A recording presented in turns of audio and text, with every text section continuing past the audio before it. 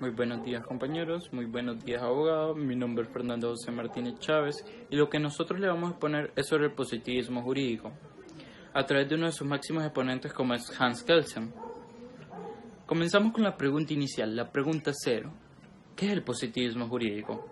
Pues según Hans Kelsen es la ciencia del derecho, solamente es la norma del Estado, sin recurrir a la justicia ni a la convivencia social. Como mencionamos la palabra ciencia, nos comenzamos a preguntar qué tipo de ciencia es el derecho.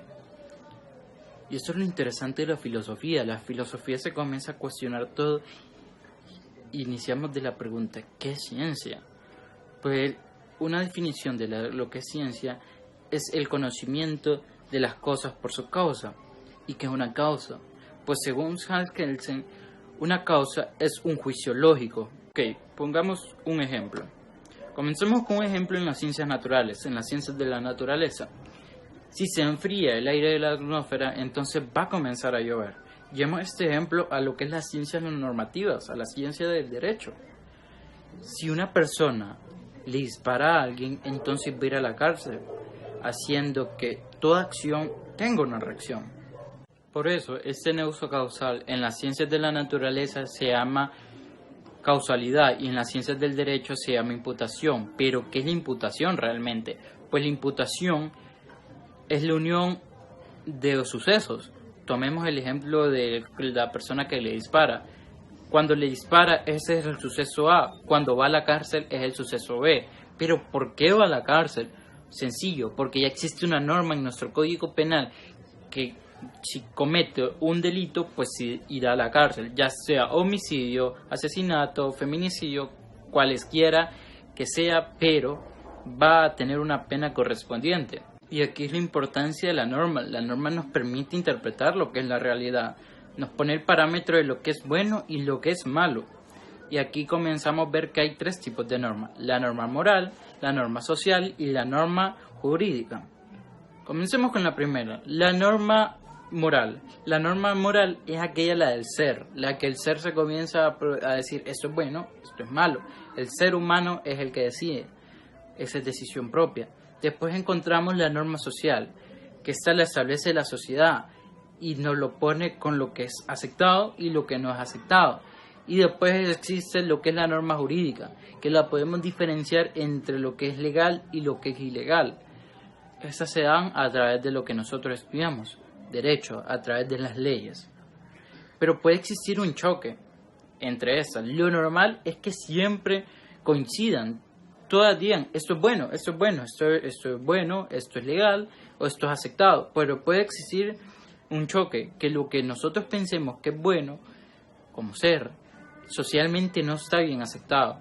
O viceversa, en otro caso también puede ser que lo que es jurídicamente correcto, lo que es legalmente correcto, para nosotros no lo puede ser, para nuestro ser no lo puede ser. Bueno, ahora les voy a hablar acerca de la diferencia entre el derecho y la sociología, ¿verdad? Está claro que todo sistema jurídico es un conjunto de normas y toda norma jurídica ha sido aprobada por la autoridad competente y esta a su vez ha sido aprobada por un procedimiento previamente establecido. ¿Qué nos diferencia el derecho de la sociología? Claramente nos dice Hans Kelsen que es la validez. ¿Por qué la validez? Porque ha sido aprobada conforme a un procedimiento establecido, ya sea por el Parlamento o el gobierno, ¿verdad? Este procedimiento en particular ha sido un procedimiento que ha sido previsto en una norma de rango superior. Pues bien, mientras que las normas jurídicas son siempre válidas y solo a veces eficaces, las normas sociológicas siempre son eficaces y nunca son válidas. Las normas jurídicas son válidas porque han sido aprobadas conforme a un procedimiento establecido previamente en la norma de rango superior y luego las normas jurídicas sí gozan de validez. Bueno, yo les voy a hablar acerca de la diferencia entre el derecho y la moral. La diferencia entre el derecho y la moral nos dice Hans Kelsen que claramente es la fuerza. ¿Por qué? ¿Por qué el uso de la fuerza? Porque al incumplirse una norma jurídica, claramente la consecuencia es el uso de la fuerza, ¿verdad? Entonces, mientras que si alguien incumple una norma moral, la consecuencia es mucho más vaga, ¿verdad? se podría decir una mala conciencia, un castigo en una vida futura, ¿verdad? Así pues podemos decir con toda seguridad que en la moral no hay una fuerza, mientras que en el derecho sí. ¿Por qué? Porque la moral el día de hoy es subjetiva, es individual y es privada, mientras que la moral depende de cada uno y la consecuencia también. Para continuar con el tema de exposición, vamos a hablar acerca de las características de la teoría kelseniana. Y para esto es necesario afirmar que para Kelsen el derecho es una norma según el positivismo jurídico de Kelsen. Dentro de las características que expone Kelsen y su teoría, habla acerca de un juicio lógico de imputación. Y esto se debe a que ninguna persona es imputada por simple obra de la naturaleza, sino para que una persona sea culpable de la comisión de un hecho o un delito, tiene que estar previamente establecido en una norma. Otra de las características de la norma jurídica de Kelsen es la coactividad. Otra de las características de la teoría kelseniana es que la norma es coactiva. Eso quiere decir que a priori se necesita el uso de la fuerza. Pero hay algo en el cual se critica la teoría de Kelsen, y es que no todas las normas son coactivas. Por eso Kelsen divide las normas en normas primarias y normas secundarias. Estas normas primarias generalmente son aquellas que imponen obligaciones a los sujetos, y las normas secundarias generalmente son aquellas que otorgan derechos, por ejemplo el derecho a la vida, el derecho a la salud. Pero entonces Kelsen responde de la siguiente manera. Dice: entonces toda persona quien en el ejercicio de sus normas primarias transgrede una norma secundaria, por ejemplo quitar la vida a otra persona, esta persona va a ser sancionada de manera coercitiva. Muy buenas tardes, noches, días. De primero me quiero disculpar por la mala iluminación, es que el día no me ayuda. Y el segundo es por la mala calidad del video, tampoco el celular me ayuda, no es un buen celular. Pasando de esto, me toca amplificar un poco lo que me tocó a mí en la exposición sobre las 4 características de la norma, explicando solo 2, porque en la anterior exposición de mi compañero explicó las anteriores 2 primeras, que sería el juicio lógico de imputación y la coactividad, dejándome a mí la validez y la eficiencia. Más que todo, quisiera hacer un análisis algo profundo de los fallos lógicos que tiene la teoría pura del derecho cuando se trata de la validez. Empezando sobre 2 problemas que tiene la validez, que serían la antinomia y una laguna jurídica. ¿Qué es la antinomia en sí? La antinomia es el conflicto que tienen 2 leyes muy parecidas, donde no se determina cuál es válida y cuál es nula. Hoy en día, para determinar que una ley es válida o no, hay un procedimiento que surge del Estado para determinar dicha ley lícita y otra no nula. Simple y sencillo. ¿Qué pasa con la teoría de Kelsen? Que Kelsen determina, le echa la culpa o retribuye a este tipo de problemas lógicos a que el derecho es una ciencia humana y por lo tanto tiene errores. Me explico. Kelsen no tiene una respuesta concreta o determinada al problema lógico de lo que es una contradicción de una norma con otra norma. Simplemente retribuye la culpa a que el derecho es una ciencia humana y por lo tanto tiene errores, y es normal que existan antinomias en el derecho. No existe una solución concreta, y esto sería un gran clavo en la mano para la teoría pura del derecho. La segunda sería sobre la laguna. Explicando la laguna, vendría a ser que en este caso en concreto no existe una norma que determine dicho ilícito, dicho hecho ilícito. Hoy en día los juristas apelan a la interpretación, a la norma social, a la norma moral, a leyes muy parecidas para determinar dicho caso que no tiene una norma que hable directamente de él. Hoy en día esa es la solución que tomamos, pero para Kelsen la solución en aquel entonces decía que el jurista era un hipócrita. Y quiero explicar un poco esta cuestión que puede sonar rocambolesca. Pero ¿por qué para Kelsen el jurista era un hipócrita y no existían lagunas en sí jurídicas? Decía porque suponiendo un ejemplo, en un edificio no se permiten llevar animales. Una madre lleva a su hijo a hacer unos trámites burocráticos en ese edificio. Al niño le pega la gana de morder al jurista. El jurista la demanda y dice o apela que no está permitido los animales en ese edificio.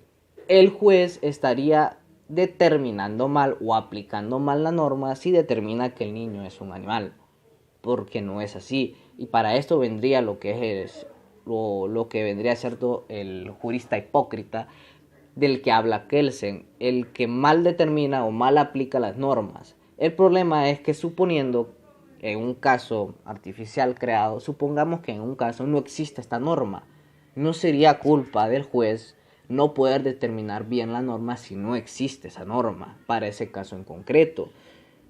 Lo de Kelsen es válido, sin embargo puede haber una opción B, y aquí es donde vendría la interpretación, agarrar leyes parecidas al tema, o dejarlo a las normas sociales, o dejarlo a las normas morales. Y esto es bueno, ya que deja que el jurista o las personas en sí tengan un poco más de libertad a interpretación de las normas. Terminando un poco de lo que es la validez y sus fallos, quisiera hablar de la eficiencia. La eficiencia es muy controvertida, ya que, suponiendo, ¿qué es la eficiencia en una norma? Es en sí que el hecho se cumpla. Eso es la eficiencia en una norma. Y si todas las normas se cumplieran, la única pregunta que nos quedaría es, ¿para qué sirve el derecho? ¿Para qué sirve si todas las normas son eficaces? O en su contraposición, ¿para qué sirve el derecho si nadie obedece las normas? Y es porque la eficiencia va de un mundo bilateral, entre un sí y un no, constantemente. Y esto lo quiero explicar con un artículo, el 112-116, homicidio, Código Penal. Sujeto A del artículo, dar muerte. Sujeto B, das muerte, estás penado una pena de 15 a 20 años de cárcel. Perfecto. Cada norma tiene una obligación, cada norma tiene un ilícito. ¿Cuál sería la obligación de esta norma? No mates. ¿Cuál sería el ilícito? No cumplas la norma. Ese es el ilícito. No cumplas la norma. Y es la gran diferencia. Porque aquí, quien cumple la norma no es quien no mate. Cuando uno lee, el artículo dice, si das muerte, quien cumple la norma es quien da muerte a una persona. Y es por eso que la eficiencia va de este mundo del sí o no, bilateral, entre cumplir y no cumplir. En este hecho ilícito quisiera recalcar, el ilícito es no cumplas la norma. Y es por eso que la eficiencia pasa a un plano bilateral entre un sí y un no, y no se aplica en norma de manera general a todas las normas. La eficiencia se aplica de manera particular a cada norma, porque cada norma tiene hechos distintos, eficiencias distintas. Terminando esto, bye. Para Hans Kelsen, uno de los principales exponentes del positivismo jurídico, el derecho es un conjunto de normas que pertenece al Estado, de tal manera que para la ciencia jurídica, según este planteamiento, debería ser totalmente prescindible acudir a los conceptos derivados de la sociología o aquellos que emanan de los acontecimientos sociales. En tal sentido, el propósito del autor es diferenciar lo que es derecho de aquello que no lo es. Pero para este propósito es necesario comprender que si existe esta confusión ha sido porque la moral en algún momento se introdujo dentro de esta esfera normativa que plantea Hans Kelsen a través de lo que es la justicia, considerando o emitiendo juicios de valor sobre si las normas son buenas o son malas, que para tal propósito pues Hans Kelsen las denomina totalmente subjetivas, de modo que el derecho natural en este sentido o la moral convive dentro de esa esfera por tradición con las normas o con el derecho positivo, es decir, el derecho natural con el derecho positivo.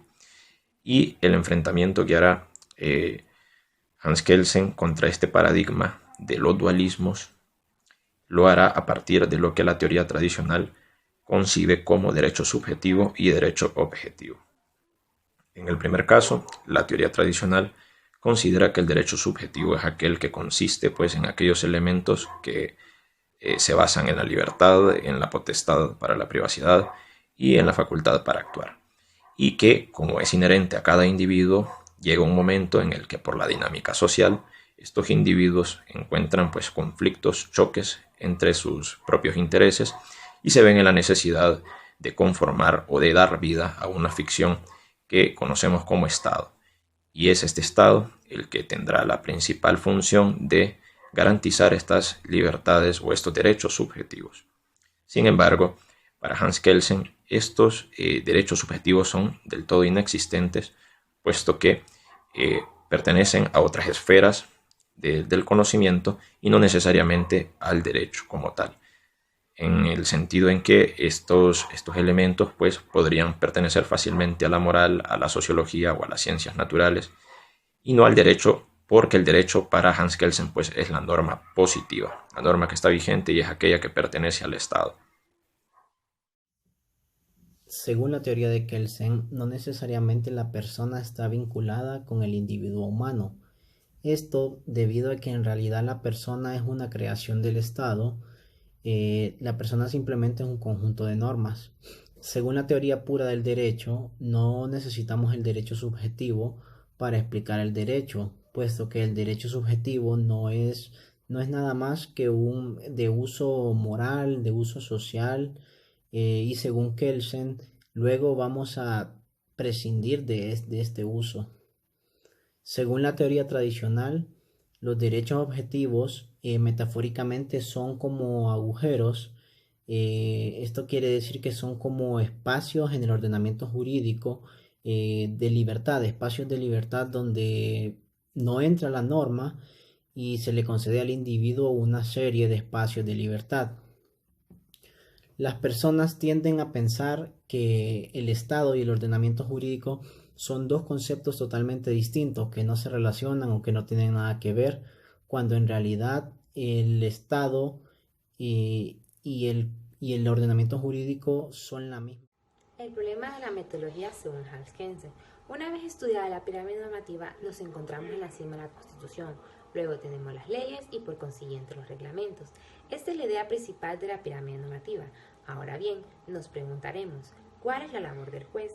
Pues es meramente interpretativa, es decir, que cuando se produce un caso concreto, el juez debe de actuar en medida con el ordenamiento jurídico antes mencionado y hacer su interpretación.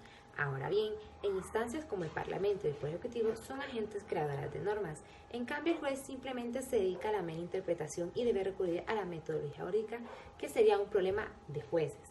En la teoría pura del derecho, estos vendrían siendo una visión equivocada según Hans Kelsen.